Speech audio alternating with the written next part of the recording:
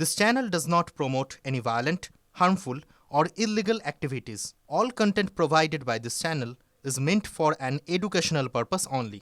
বাংলাদেশে অস্থির পরিস্থিতির মধ্যে সীমান্ত থেকে গ্রেপ্তার হচ্ছে একের পর এক অনুপ্রবেশকারী।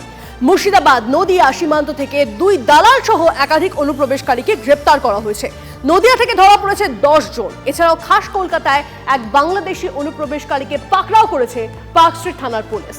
জাল নথি দিয়ে পাসপোর্ট বানিয়ে নাম ভাড়িয়ে খাপটি মেরে বসেছিল সে।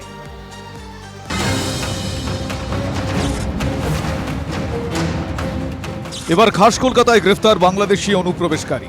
মধ্য কলকাতার রফি আহমেদ কিদওয়াই রোডের একটি গেস্ট হাউস থেকে সেলিম মাতব্বর নামে ওই অনুপ্রবেশকারীকে গ্রেফতার করে পার্ক স্ট্রিট থানার পুলিশ। সূত্রের খবর, ধৃত ব্যক্তি বাংলাদেশের মাদারীপুরের বাসিন্দা। বছর 2 আগে অবৈধভাবে ভারতে ঢুকে নাম ভাড়িয়ে জাল নথি তৈরি করে রবি শর্মা নামে কলকাতায় বাস করছিলেন।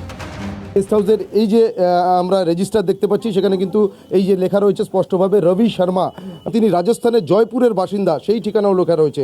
এবং তার পাশাপাশি এখানে রেজিস্টারে আমরা যেটা স্পষ্টভাবে দেখতে পাচ্ছি, গত 19 তারিখ বেলা 1:50 নাগাদ তিনি এই গেস্ট হাউসে চেক ইন করেছিলেন এবং 26 তারিখ সকাল 10টা নাগাদ এই গেস্ট হাউস থেকে কিন্তু তিনি চেক আউট করে যান। কিন্তু তার কিছু জিনিসপত্র এই গেস্ট হাউসে ছিল এবং সেগুলোই নেওয়ার জন্য গতকাল ফের তিনি এই গেস্ট হাউসে এসেছিলেন। আর সেই সময় গোপন সূত্রে পাওয়া খবরের ভিত্তিতে পার্ক স্ট্রিট থানার পুলিশ ওই ব্যক্তিকে, অর্থাৎ সেলিম নামের ওই ব্যক্তি, তাকে গ্রেপ্তার করেছে। কম্পিউটারে চেক করে এন্ট্রি করে বিফর্ম করে আমরা রেখেছি। যদি না আসতো তাহলে সন্দেহ হতো যে হচ্ছে না, তাহলে এটা ডুপ্লিকেট বা যা কিছু একটা মনে হতো, সেইভাবে আমরা সন্দেহ করিনি। ধৃত অনুপ্রবেশকারী বিএনপির প্রাক্তন নেতা বলে পুলিশ সূত্রে খবর।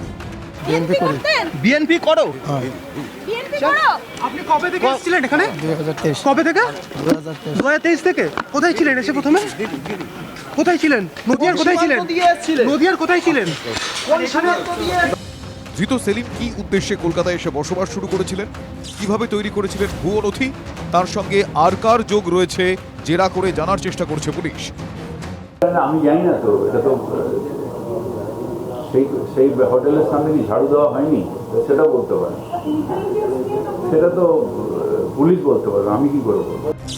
বাংলাদেশ অনুপ্রবেশকারী সন্দেহে চিত্রদুর্গে 6 জন গ্রেফতার হয় আগেই। পাসপোর্ট ও জাল নথি উদ্ধার হয় ধৃতদের কাছ থেকে। জাল পাসপোর্ট ও নথি তৈরি করা হয়েছিল কলকাতা থেকেই। পার্ক স্ট্রিটে ধৃত বাংলাদেশের কাছে উদ্ধার হলো জাল নথি। কলকাতার পাশাপাশি মুর্শিদাবাদের রানীনগর থেকে এক বাংলাদেশি অনুপ্রবেশকারীকে গ্রেফতার করা হয়েছে। পুলিশ সূত্রে খবর, ধৃত সাইদুল শেখের বাড়ি পাবনার গোপালপুরে। সাইদুলের সঙ্গে ধরা পড়ে 2 দালাল ফিজুল এবং আমিরুল শেখ।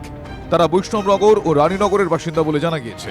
অন্যদিকে নদিয়া সীমান্তের ধরমপুর খালপাড়া থেকে 4 অনুপ্রবেশকারীকে পাকড়াও করেছে কৃষ্ণগঞ্জ থানার পুলিশ। সূত্রের খবর, বৈধ পাসপোর্ট ভিসা না থাকা সত্ত্বেও গত বৃহস্পতিবার এক মহিলা সহ 4 জন ভারতে ঢোকেন। 2 দিন এক ব্যক্তির বাড়িতে আশ্রয় নিয়েছিলেন তারা। কি করে এলেন, কার সাথে এলেন?